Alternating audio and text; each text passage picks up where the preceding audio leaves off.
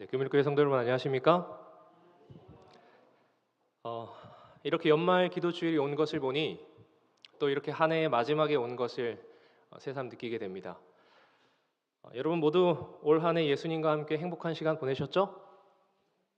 때론 기쁘고 또 때론 즐겁고 또 때론 슬픈 일도 많았지만 모든 상황에서 늘 우리 곁에 계셔서 또 우리를 도우시는 하나님의 은혜에 감사를 드립니다.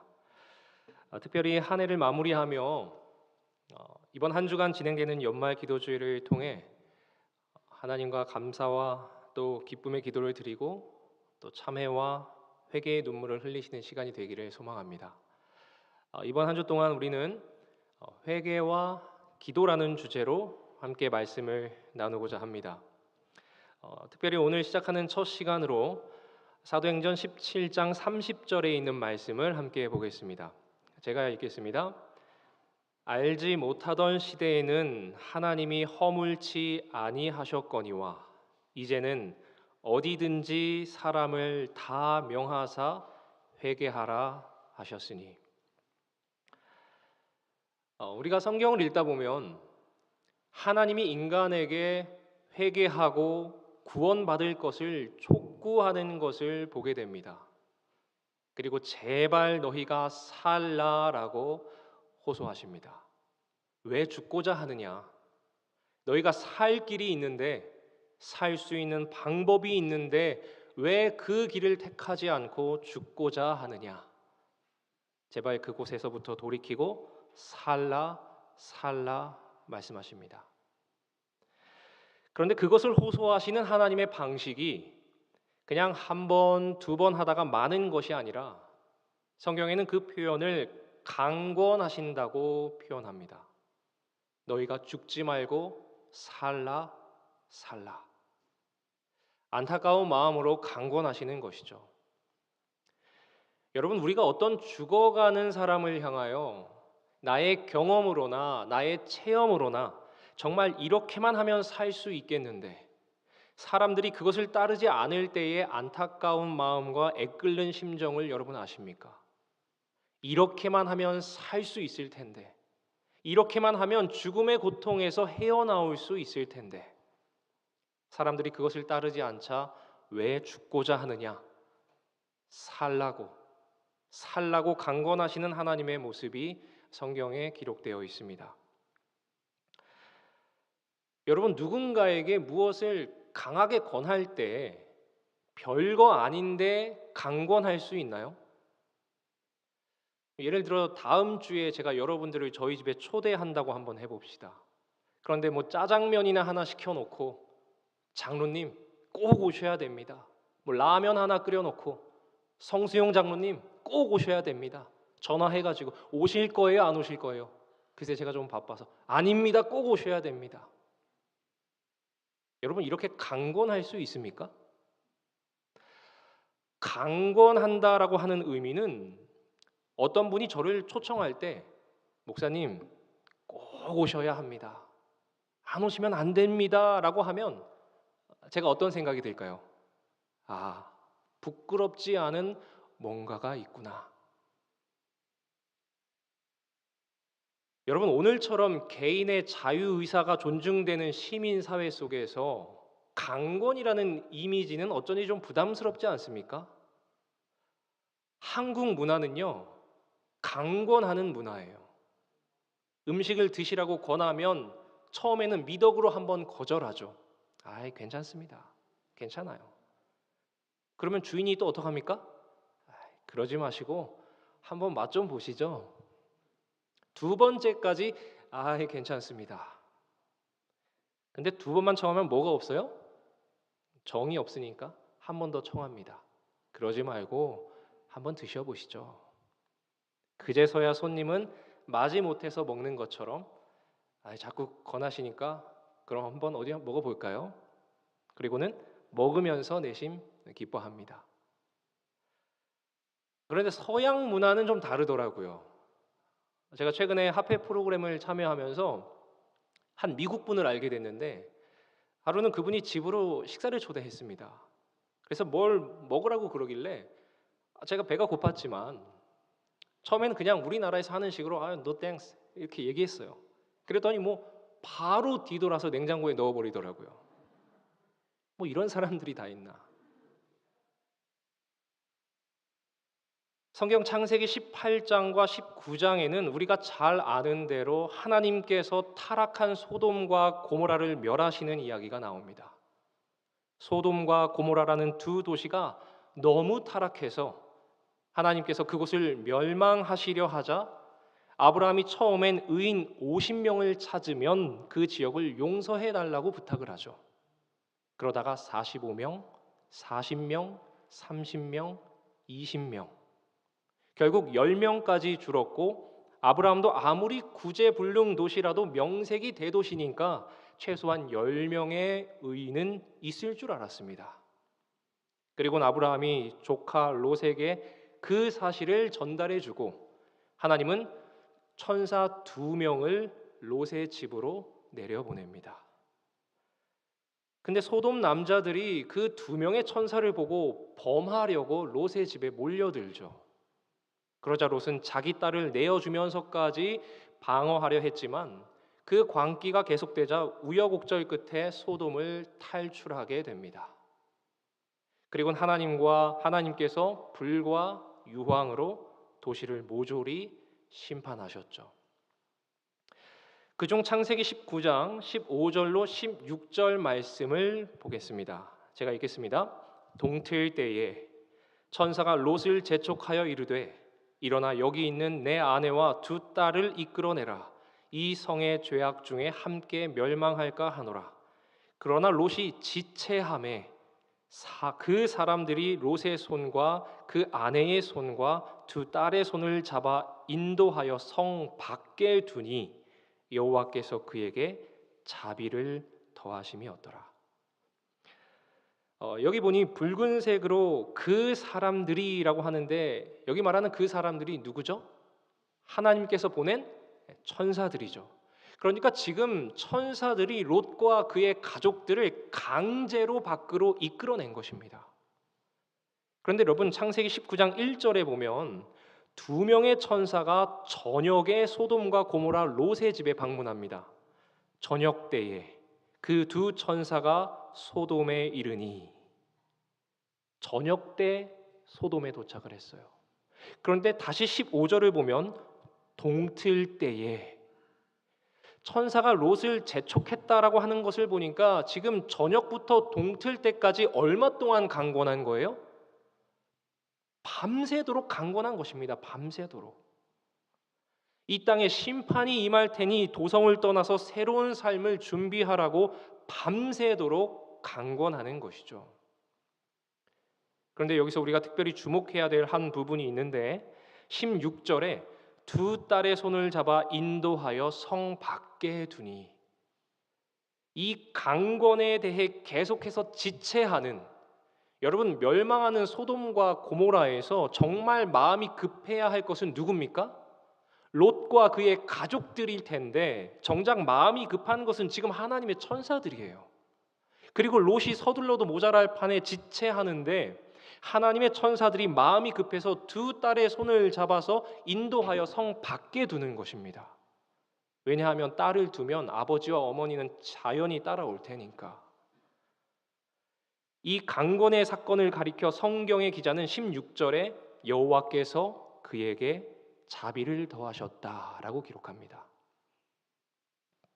강권이 은혜요, 강권은 자비요, 강권이 사랑이었다고 말하는 것입니다. 무언가 줄 게 있어서 죽지 말고 살라고 계속해서 살 길이 있다고 강권하는 그 마음 가운데는 하나님께서 오늘 인류를 향한 여러분과 저를 향한 애끓는 하나님의 사랑과 신령과 자비가 있다는 사실을 기억하게 되시기를 바랍니다. 제가 어릴 적에 정말 하기 싫은 게 있었습니다. 근데 부모님이 강제로 시키신 것이 있어요. 그것은 바로 웅변학원에 다니는 것이었습니다. 한 번은 연말에 웅변학원에서 발표회 비슷한 것을 했던 기억이 있어요. 학원 측에서 이제 학부모들을 초청해서 아이들이 하는 것을 보는 일종의 학예회 같은 그런 것이죠. 그때 제 나이가 한 5살 때로 기억이 됩니다. 여러분, 5살이 무슨 웅변을 하겠습니까? 한 명씩 차례대로 단위에 서서 아주 짤막한 문장 하나를 외우고 마지막엔 뭐라 그래요? 이연사 힘차게 외칩니다. 드디어 제 차례가 되었어요. 하기 싫은 몸을 억지로 이끌고 단위에 서서 앞을 내다봤는데 제 정면에 저희 어머니가 딱 계신 것이었어요. 한 손에는 카메라를 드시고 아들이 하는 모습을 웃으시며 바라보시는 저희 어머니와 눈이 마주치자마자 저는 곧바로 울음을 터뜨렸습니다. 이게 그때 저희 어머니가 찍은 사진이고 제가 우니까 웅변학원 선생님이 나오셨다가 사진에 같이 찍히셨어요. 여러분, 좋아서 하지 않는데 오죽했겠습니까? 너무 어려서 그때의 기억이 자세히 기억이 나지는 않지만 굉장히 서러웠던 기억이 강하게 남아 있습니다. 근데 왜 그때 저희 부모님이 웅변을 하라고 계속해서 강권하셨을까? 지금은 좀 덜하지만 제가 어릴 때 부끄러움이 굉장히 많았습니다. 그래서 부모님이 담력을 기르라고 웅변을 시켰는데 시간이 지나고 나서 보니까 그것이 부모님의 사랑이었고 지금도 목회를 하는 저에게 여러모로 도움이 됩니다. 제가 운동을 정말 좋아하는데요. 그 중에서 축구를 참 좋아합니다. 그러다 보니 과거 수년 전에, 지금은 아니고 수년 전에 교회 어른들을 대상으로 축구를 몇 번 가르쳐 봤던 적이 있어요. 근데 처음부터 끝까지 가는 분들을 한 번도 보지 못했습니다. 왜냐하면 어른들은요, 우선순위에서 자꾸 밀려요. 그래서 바쁘면 배우는 것 뒤로 미뤄다 놓고 보니까 이게 잘 안 되는데 아이들은 하기 싫어도 일단 부모들이 계속해서 시키니까 우리 학생들도 대부분이 학원 가기 싫은데 부모님이 가라고 해서 억지로 가는 거거든요. 강권하니까. 어쨌든 그 아이들이 나중에 뭔가를 이루고 그것을 통해서 나중에 그 일이 자기의 삶 가운데 도움이 되었다는 것을 느낄 때 그때야 비로소 강제하는 것도 부모님의 사랑이었다는 것을 느끼게 되는 것이죠. 여러분, 우리가 하늘에 가면 뜻하지 않게 내가 강권했던 사람들 중에 구원받은 사람들이 반드시 있을 것입니다. 우리가 주변 사람들에게 전도를 하죠. 나랑 같이 성경대로 안식일 지키고 예수님 믿읍시다. 그럼 이렇게 이야기할 수 있어요. 좋으면 당신 혼자 믿지 뭘 그렇게 강요합니까? 그런데 여러분, 우리가 나중에 하나님 나라에 가면 틀림없이 저의 부모님이 제게 강권했던 것이 사랑이었던 것을 깨달았던 것처럼 우리가 강권했던 그 사람이 구원 얻게 되었을 때 우리에게 이렇게 말할 때가 오리라고 생각됩니다. 그때는 그게 사랑인 줄 몰랐죠. 부모님이 자식들에게 사랑하기 때문에 강조하는 것이죠. 강제하는 것이죠. 주님이 우리를 사랑하기 때문에 회개하고 변화하라고 촉구하시죠. 돌아오라. 피투성이라도 살라. 마른 뼈들아 일어나라. 살 길이 있다고 우리 주님께서 강권하시는데 뱀에 물린 백성들을 향하여 구리뱀을 달아놓고 쳐다보기만 하라. 보기만 하라. 그러면 너희가 살리라 라고 말하는데 여러분, 우리의 자아와 우리의 아집은 그 하나님의 강권을 계속해서 핑계로 돌려대는 것입니다. 우리 주변에서 일어나는 강제적인 삶 속에 하나님의 섭리가 있을 수 있습니다. 예수님이 십자가를 지고 겟세마네 동산에 올라가실 때, 고통스러운 모습으로 올라갈 때 강제로 십자가를 지고 올라간 한 사람이 있습니다. 바로 구레네 시몬입니다. 성경 마태복음 27장 31절로 32절 말씀입니다. 희롱을 다한 후 홍포를 벗기고 도로 그의 옷을 입혀 십자가에 못 박으려 끌고 나가니라. 나가다가 시몬이란 구레네 사람을 만나매 그를 어떻게 같이 가게 했다고요? 억지로 같이 가게 하여 예수의 십자가를 지웠더라. 어느 날 구레네 시몬이 유월절을 맞이하여 예루살렘에 거의 도착해 외곽에 있는 순간입니다. 사람들이 웅성웅성하면서 몰려드는 거예요. 저게 도대체 무엇일까?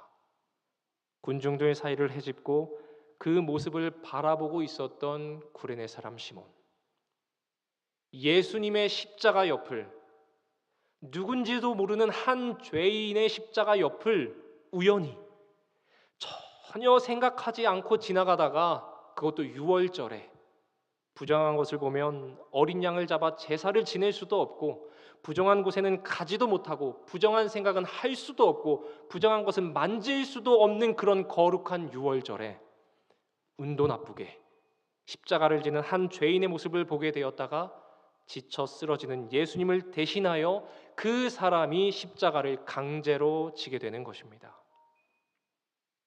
그런데 여러분, 구레네 시몬이 뜻하지 않게 강제로 지었던 그 십자가, 그러나 그 강제성 속에는 분명히 하나님의 사랑과 자비와 섭리가 있었는데, 여러분, 이 사건을 계기로 그의 온 가족은 구원을 얻게 됩니다. 여기 로마서 16장 13절을 보시기 바랍니다. 주 안에서 수고한 루포와 그의 어머니에게 문안하라. 그 어머니는 곧 내 어머니니라.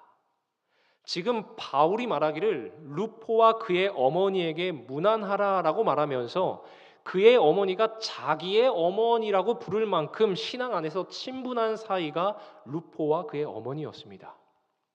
그런데 이 루포와 그의 어머니가 누군지 여러분 마가복음 15장 21절을 통해서 보시기 바랍니다. 마침 알렉산더와 루포의 아비인 구레네 사람 시몬이 시골로 와서 지나가는데 저희가 그를 억지로 같이 가게 하여 예수의 십자가를 지우고. 루포의 아비가 누구인가 하면 구레네 시몬입니다. 그러므로 루포는 구레네 시몬의 아들이고 루포의 어머니는 구레네 시몬의 부인입니다. 온 가족이 강제로 지워진 예수님의 십자가 때문에, 그 잊지 못하는 십자가의 사건 때문에 그날 이 구레네 시몬이 유월절에 어린 양의 십자가를 지고 난 이후에, 그 십자가에 못 박히는 장면을 목도한 이후에 집으로 돌아가서 그의 머릿속에 잊혀지지 않는 예수님의 장면, 그 강제적인 십자가의 강권이 그의 가족과 그를 구원하게 만드는 놀라운 역사로 일어나게 된 것입니다. 여러분, 우리는 하나님의 강권하심 속에 숨어 있는 하나님의 사랑을 느낄 수 있어야 합니다. 그럴 때 변화될 수 있습니다. 하나님이 나를 사랑하시기 때문에 회개하고 제대로 믿으라고 나를 강권하시는구나. 이 강권이 사랑인 줄 알게 되시기 바랍니다. 이런 사람에게 변화와 희망이 있습니다. 다시 창세기 19장 15절로 돌아가겠습니다. 동틀 때에 천사가 롯을 재촉하여 가로되, 그러니까 저녁부터 동틀 때까지 계속 밤새도록 재촉한 거예요. 여러분 한번 생각해 보세요. 어느 날 뜻하지 않게 이상한 손님 둘이 찾아와서 이 도시가 멸망하니까 피하라고, 여기에 삶의 기반 다 마련해 놓고 직장 여기에 다 있고 자식들 학교 다 다니고 이미 아들, 딸 결혼해서 손주들 다 있는데 심판이 임한다고 여기서 떠나라고 여러분들에게 말한다면, 여러분 롯처럼 지체하지 않을 분이 여기에 몇 분이나 계십니까? 저녁에 자려고 하는데 갑자기 문을 두드리고 와서 실례합니다. 중요한 기별을 전하러 왔습니다. 이 도시가 멸망할 것입니다. 정말 속된 말로 자다가 봉창 두드리는 소리를 하고 있는 것입니다. 그런데 그렇게 한 번 말하고 말면 그냥 가면 되는데, 그 이튿날까지 계속 재촉하고 강권하여 손을 잡아 성 밖에 내다 놓고 그 소알성에서 그 소돔과 고모라의 유황불과 불비가 쏟아져 내리는 광경을 보게 되었을 때, 그 무례한 천사의 강권에 대해서 얼마나 감사했을까요? 여러분들 중에 지금 어떤 이유든지 억지로라도 이 자리에 앉아 있는 분이 계시면 하나님께 감사하시기 바랍니다. 성경에 억지로 매달려 있다가 지체 없이 반응하여 구원받은 한 사람이 있습니다. 바로 십자가의 강도예요. 처음에 다른 한편 강도와 같이 주님을 욕하고 조롱했죠. 그런데 강제로 예수님 옆에 매달려 그분이 메시아일 거라는 생각이 희미하게 든 한편의 강도가, 여러분 그 순간 믿음이 있으면 얼마나 있었겠습니까? 우리가 평생을 신앙해도 그렇게 믿음이 안 생기는데, 평생을 신앙하고 수십 년 말씀을 듣고 성경을 읽어도 때로는 우리의 기분에 따라서 우리의 신앙도 좌지우지되고, 때로는 우리의 기분에 따라서 교회 가기도 싫고, 때로는 우리의 기분에 따라서 교회 직분도 다 내려놓고 싶은 것이 오늘날 우리의 연약한 믿음인데, 십자가에 달려있는 이 강도가, 물론 시대의 소망에는 그가 평소에 예수님에 대해 들은 적이 있다라고 하지만 십자가에 매달려 있는 그 순간에 그의 마음 가운데 믿음이 생겼으면 얼마나 많이 생겼겠어요. 그런데 혹시나 하는 마음으로 고백했겠죠. 당신 나라 임할 때 나를 기억해 주세요. 그때 저는 이런 예수님이 참 좋습니다. 너 침례 안 받았으니까 아직 안 돼. 너 집사 안수, 장로 안수 안 받아서 안 돼. 그렇게 말하지 않으시고요. 너 평소에 신앙 신실하게 생활하지 않았잖아. 그렇게 말씀하지 않으셨고요. 희미하게 저분이 하나님의 아들일지도 모른다라고 하는 그 희미한 끈을 붙들고, 당신이 하나님의 아들이거든, 당신 나라 임할 때 나를 기억해 달라고 하는, 왜냐하면 바로 전까지 예수님을 욕했다가, 여러분 방금 전까지 욕하고 저주했던 사람에게 어떻게 요청할 수 있겠어요? 그러니까 희미하게 작은 목소리로 당신 나라 임할 때 나를 기억해 주소서. 우리 주님께서 단 1초의 지체함도 없이 예수께서 이르시되 내가 진실로 내게 이르노니 오늘 내가 나와 함께 낙원에 있으리라. 저는 왜 하나님께서 롯을 구원하시기 위해 이렇게까지 애쓰시는가? 베드로서 2장 6절로 8절 말씀을 보겠습니다. 소돔과 고모라 성을 멸망하기로 정하여 재가 되게 하사 후세에 경건치 아니할 자들에게 본을 삼으셨으며 무법한 자의 음란한 행실을 인하여 고통하는 의로운 롯을 건지셨으니 이 의인이 저희 중에 거하며 날마다 저 불법한 행실을 보고 들음으로 그 의로운 심령을 상하니라. 여러분 여기 롯을 뭐라고 말하냐면 의인이라고 말합니다. 아브라함을 의롭다고 하는 건 이해가 되는데, 여러분 롯이 뭐 그렇게 의로운 만한 일을 했습니까? 소돔과 고모라를 택했죠. 믿지 않는 사위에게 신앙의 영향력도 못 미쳤죠. 아내는 소금 기둥으로 죽게 되었죠. 롯을 의로운 롯이라고 말하며 소돔과 고모라에서 그의 의로운 심령이 상했다. 저는 이 롯을 구원하려고 안타깝게 애쓰고 강권하는 천사의 모습과 예수님이 십자가에서 강도를 구원하시는 마음을 여러분 한번 상상해 보니까 그 마음이 같은 마음이에요. 롯이 아브라함의 영향으로 하나님이 누군지는 희미하게 알고 있었어요. 그리고 그 악한 소돔과 고모라에 살면서 소돔과 고모라에서 그 희미한 신앙의 끈을 놓지 않고 있었습니다. 소돔과 고모라의 죄악의 홍수 속에서 내가 이러면 안 되는데 하면서 그 희미한 신앙의 끈을 놓지 않았던 한편의 강도처럼 억지로라도 내가 신앙이 좀 풍만하면 좋겠지만 하나님과의 매일의 깊은 교제 속에서 영적으로 높은 삶을 산다면 좋겠지만 세상의 조류 가운데 그렇게 살지 못하고 그 조류에 흘러가면서 신앙의 끈을 희미하게나마 붙들고 있는 그를 보시고, 그 롯의 희미한 믿음을 보시고 그를 구원하려고 애쓰시는 하나님의 사랑과 하나님의 열정을 보시기 바랍니다. 저는 주님의 이런 행동이 크게 위로가 됩니다. 마지막 때에는 이 세상이 소돔과 고모라의 때와 같다고 했는데 마지막 때에 이 세상에서 믿음을 보겠느냐 그러셨어요. 가능성 없는 우리에게서 무슨 믿음을 보겠느냐는 거예요. 그런데 주님께서 롯을 구원하신 것처럼, 우편의 강도를 구원하신 것처럼 우리를 구원하시기 위해서 애쓰신다는 것입니다. 세상의 조류에 떠밀려 희미한 신앙의 끈 놓지 않고 발버둥치는, 그러다 어느 날 세상의 조류에 떠밀려 저만큼 멀리 와버려 있는 이 연약하고 불쌍한 나를 구원하시기 위해서 재촉하며 손잡고 강권하여 성 밖에다 두어 구원하시기를 원하시는 하나님의 심령이 오늘 여러분과 저를 구원하려고 하시는 하나님의 마음임을 기억하게 되기를 간절히 바랍니다.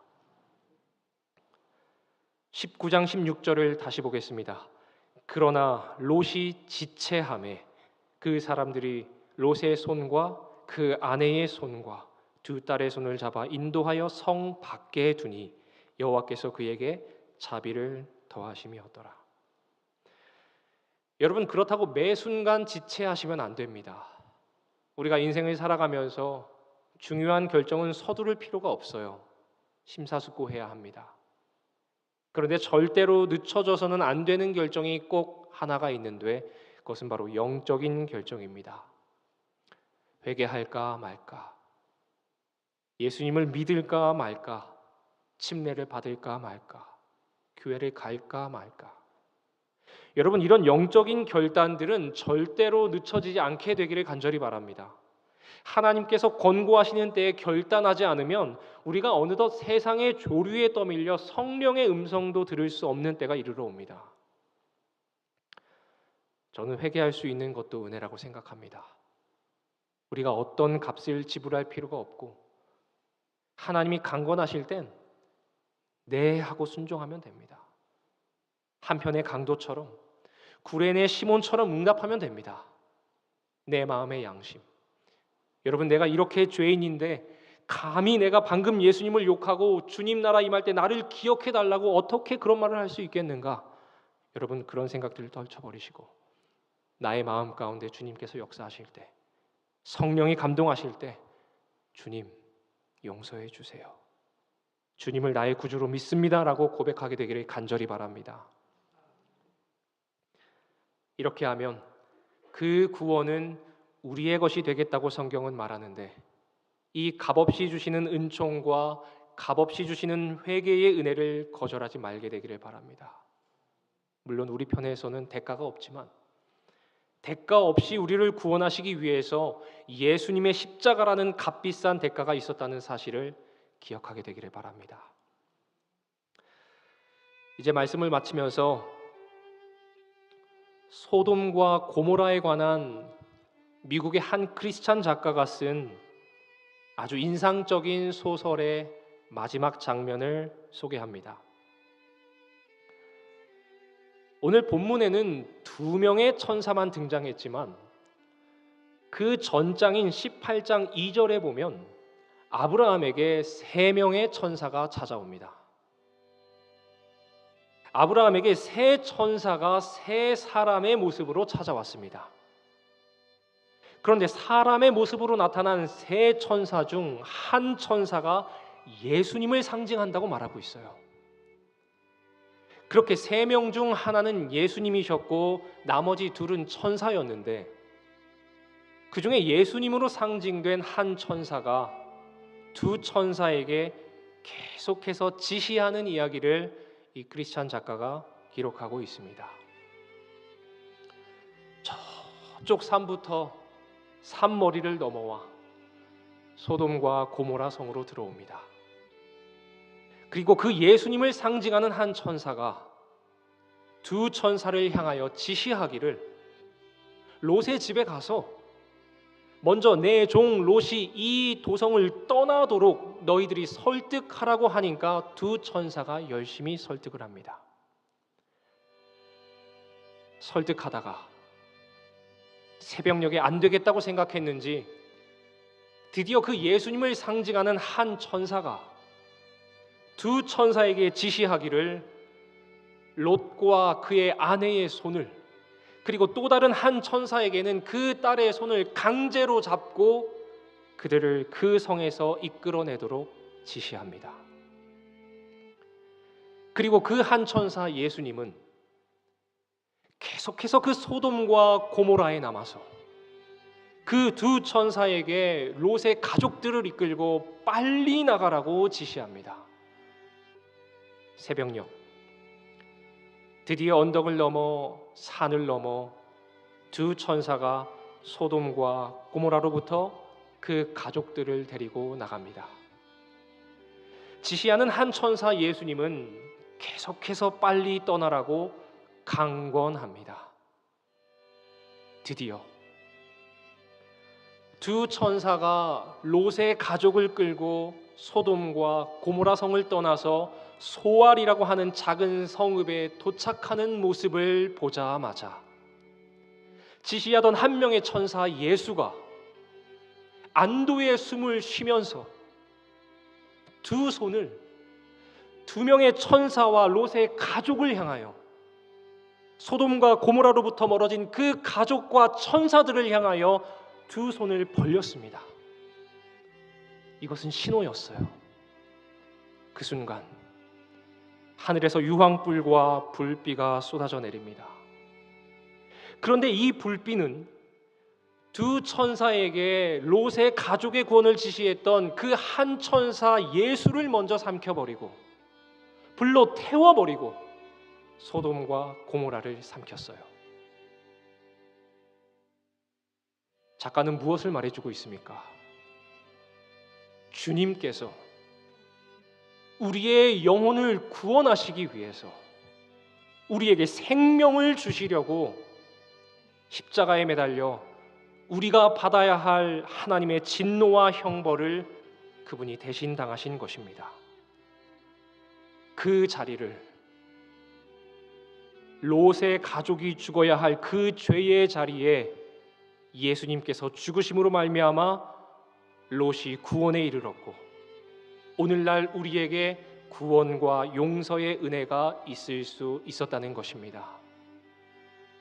그가 찔림은 우리의 허물을 인하며 그가 상함은 우리의 죄악을 인함이라. 그가 징계를 받음으로 우리가 나음을 누리고 그가 채찍에 맞음으로 우리가 나음을 입었도다.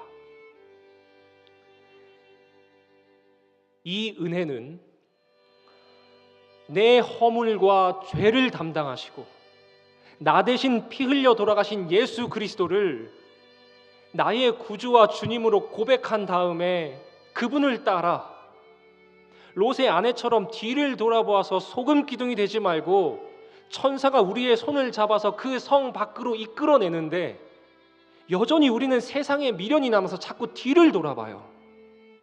그래서 죽을 수밖에 없는 이 안타까운 인류를 향해서 주님은 강권하시기를 살라, 피투성이라도 살라. 계속해서 고백하시는 주님의 음성을 듣고 순종하시는 여러분과 제가 되기를 간절히 바랍니다.